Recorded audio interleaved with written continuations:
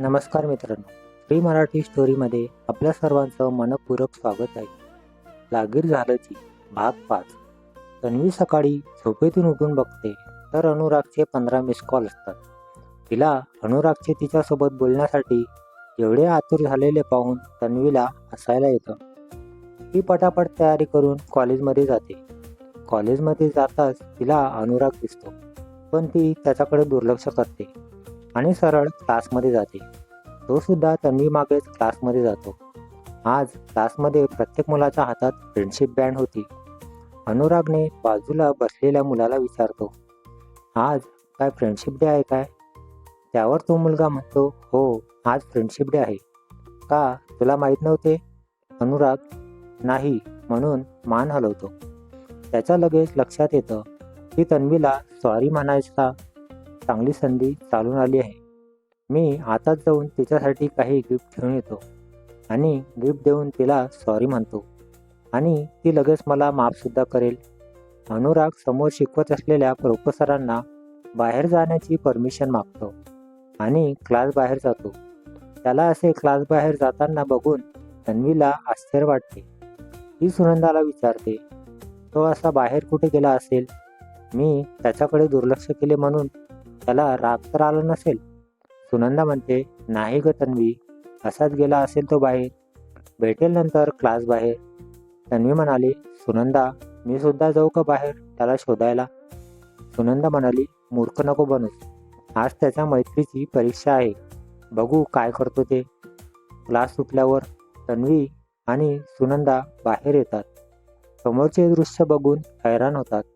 समोर अनुराग आपल्या गुडघ्यावर बसून तन्वीला कान पकडून सॉरी म्हणत होता आणि बाकीची मुले त्याच्या अवतीभोवती घोळका करून उभे होती. तसेच त्याने तन्वीला पिवळ्या गुलाबाचा बुके देत बोलू लागला. तन्वी म्हणतात की पिवळा गुलाब हा मैत्रीचा प्रतीक असतो, तर माझ्याकडून ह्या पिवळ्या गुलाबाचा बुके घेऊन मला माफ कर.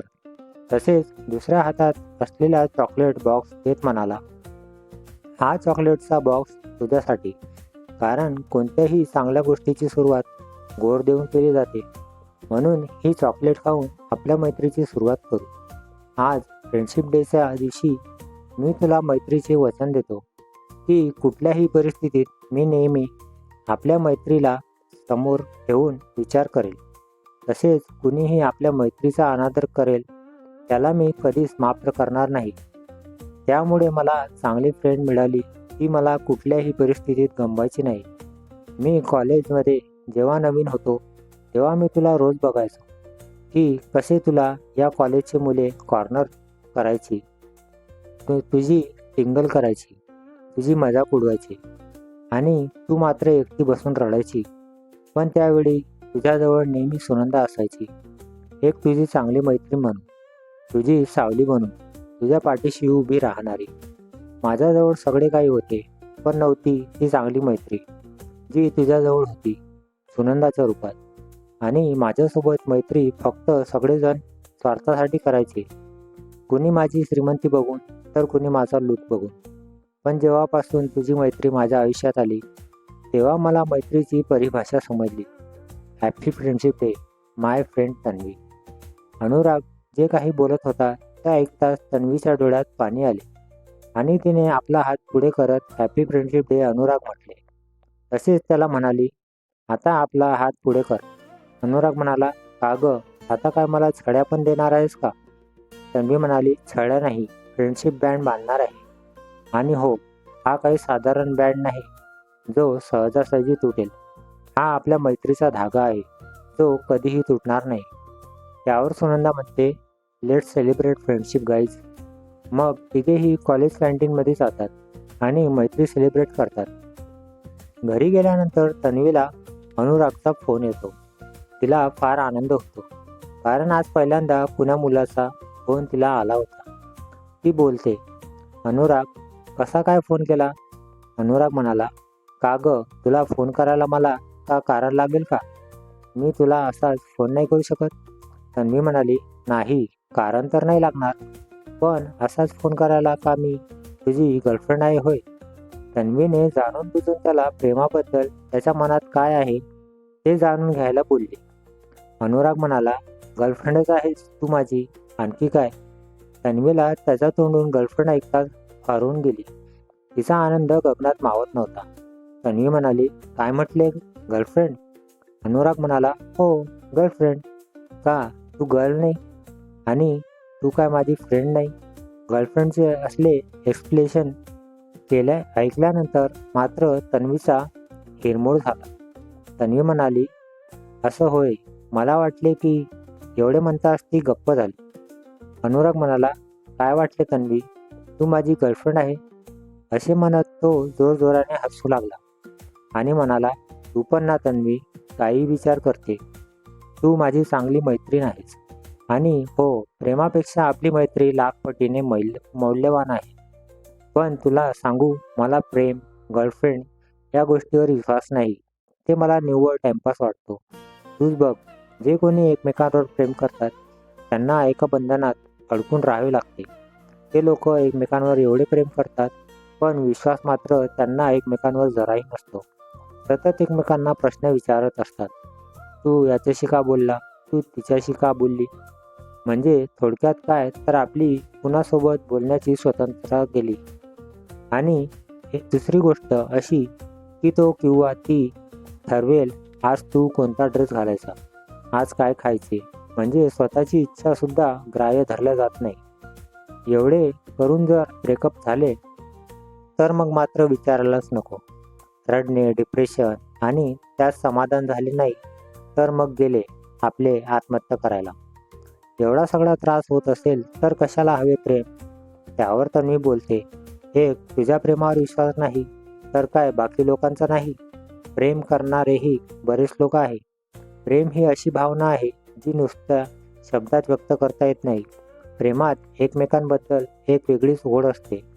त्यात एकमेकांच्या दुःखात दुःखी आणि आनंदात आनंदी होता येतो. प्रेम जेवढे केले ते कमी न होता वाढतच जाते. अनुराग म्हणाला, तन्वी, तू प्रेमाबद्दल एवढी बोलत आहे, तुलाही झाले का कुणावर प्रेम? त्यावर तन्वी गप्प बसून म्हणते, मी कुणावर प्रेम करते हे महत्त्वाचे नाही, कुणी माझ्यावर प्रेम करतं का ते महत्त्वाचं आहे. अनुराग म्हणाला, का नाही करणार तुझ्यावर कोणी प्रेम? एवढे जर हुशार जिनियस आहे. तन्वी म्हणाली, अनुराग, आज पण आपल्याकडे लोक सिरत पर नाही सुरत पर प्यार करते. जिथे माझी सुरतच अशी आहे, कोण करणार माझ्यावर प्रेम? अनुराग म्हणाला, बघितले ना तन्वी, नुसता प्रेमाचा विषय काढला आणि तू उदास झाली. जर प्रेमात एवढा कंडिशन असेल तर कशाला हवे प्रेम? हे तन्वी, तुला ते गाणं आठवते, दिल चाहता है मूवीमधले?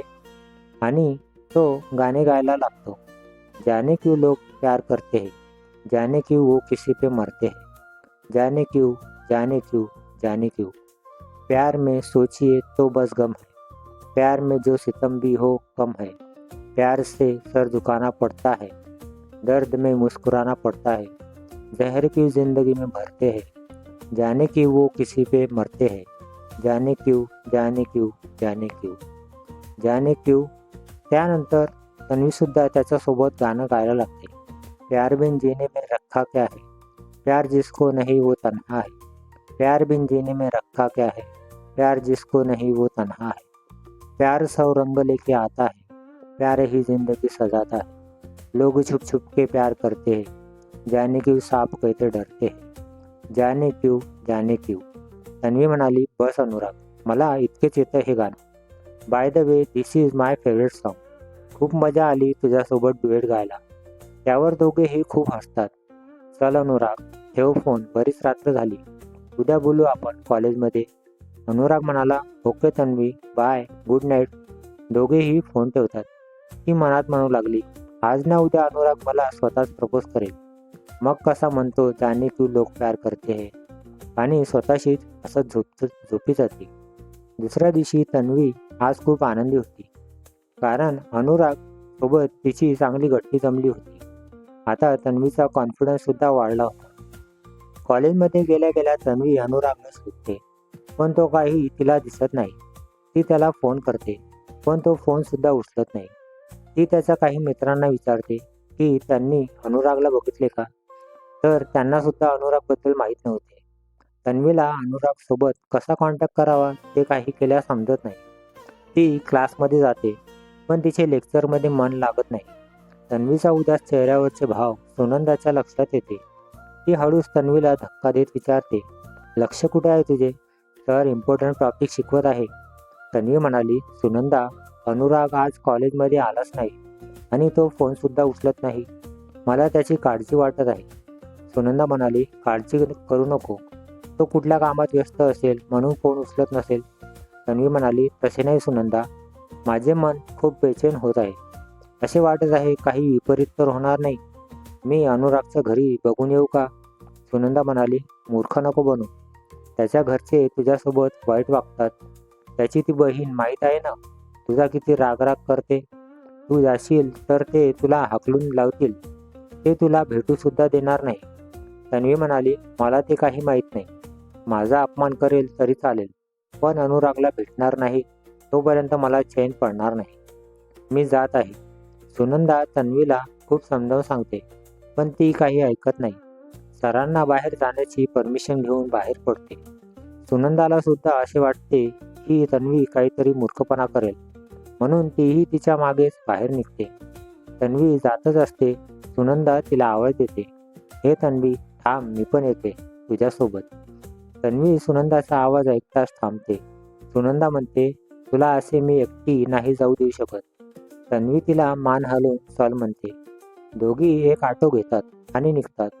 थोड्या दूर जाताच असतात तन्वीला रस्त्याच्या कड्यावर कोणीतरी रक्तबंबाळ परिस्थितीत दिसतो. ती ऑटो थांबवते आणि तशी धावत त्या व्यक्तीच्या जवळ पोहोचते तर तो व्यक्ती अनुरागच असतो. तिच्या मागे सुनंदा सुद्धा जाते आणि अनुरागला अशा अवस्थेत बघून स्तब्धच होते. आणि तन्वी तर रडायलाच लागते आणि अनुरागला उठवण्याचा प्रयत्न करते पण तो बेशुद्ध असतो. असे वाटते की जणू काही त्याचा ॲक्सिडेंट झाला असावा कारण त्याची बाईक त्याच्यापासून बऱ्याच लांब पडलेली होती. तन्वी तिथे तशीच रडत बसते. सुनंदा तिला म्हणते, तन्वी, ही रडायची वेळ नाही. आपल्याला त्याला आताच्या आता हॉस्पिटलमध्ये न्यावे लागेल. त्याच ऑटोवाल्याला आवाज देतात आणि अनुरागला ऑटोत टाकून हॉस्पिटलमध्ये घेऊन जातात. डॉक्टर लगेच त्याला ओटीमध्ये घेऊन जातात. त्याआधी डॉक्टर तन्वीला बरेच प्रश्न विचारतात. तुम्ही पेशंटला ओळखता का? तुमचा आणि त्याचा संबंध काय आहे? ही पोलीस केस आहे. तुम्ही पोलिसांना कळवा. त्यावर तन्वी डॉक्टरांचे हात जोडून म्हणते, हे बघा डॉक्टर साहेब, तुम्ही म्हणाल त्या सगळ्या गोष्टी मी करायला तयार आहे. आधी तुम्ही त्याची ट्रीटमेंट तर सुरू करा. पेशंटचे नाव अनुराग देशमुख आहे. SK कंपनीच्या मालकाचा तो मुलगा आहे. आता एवढी माहिती पुरेशी असेल ना तुम्हाला?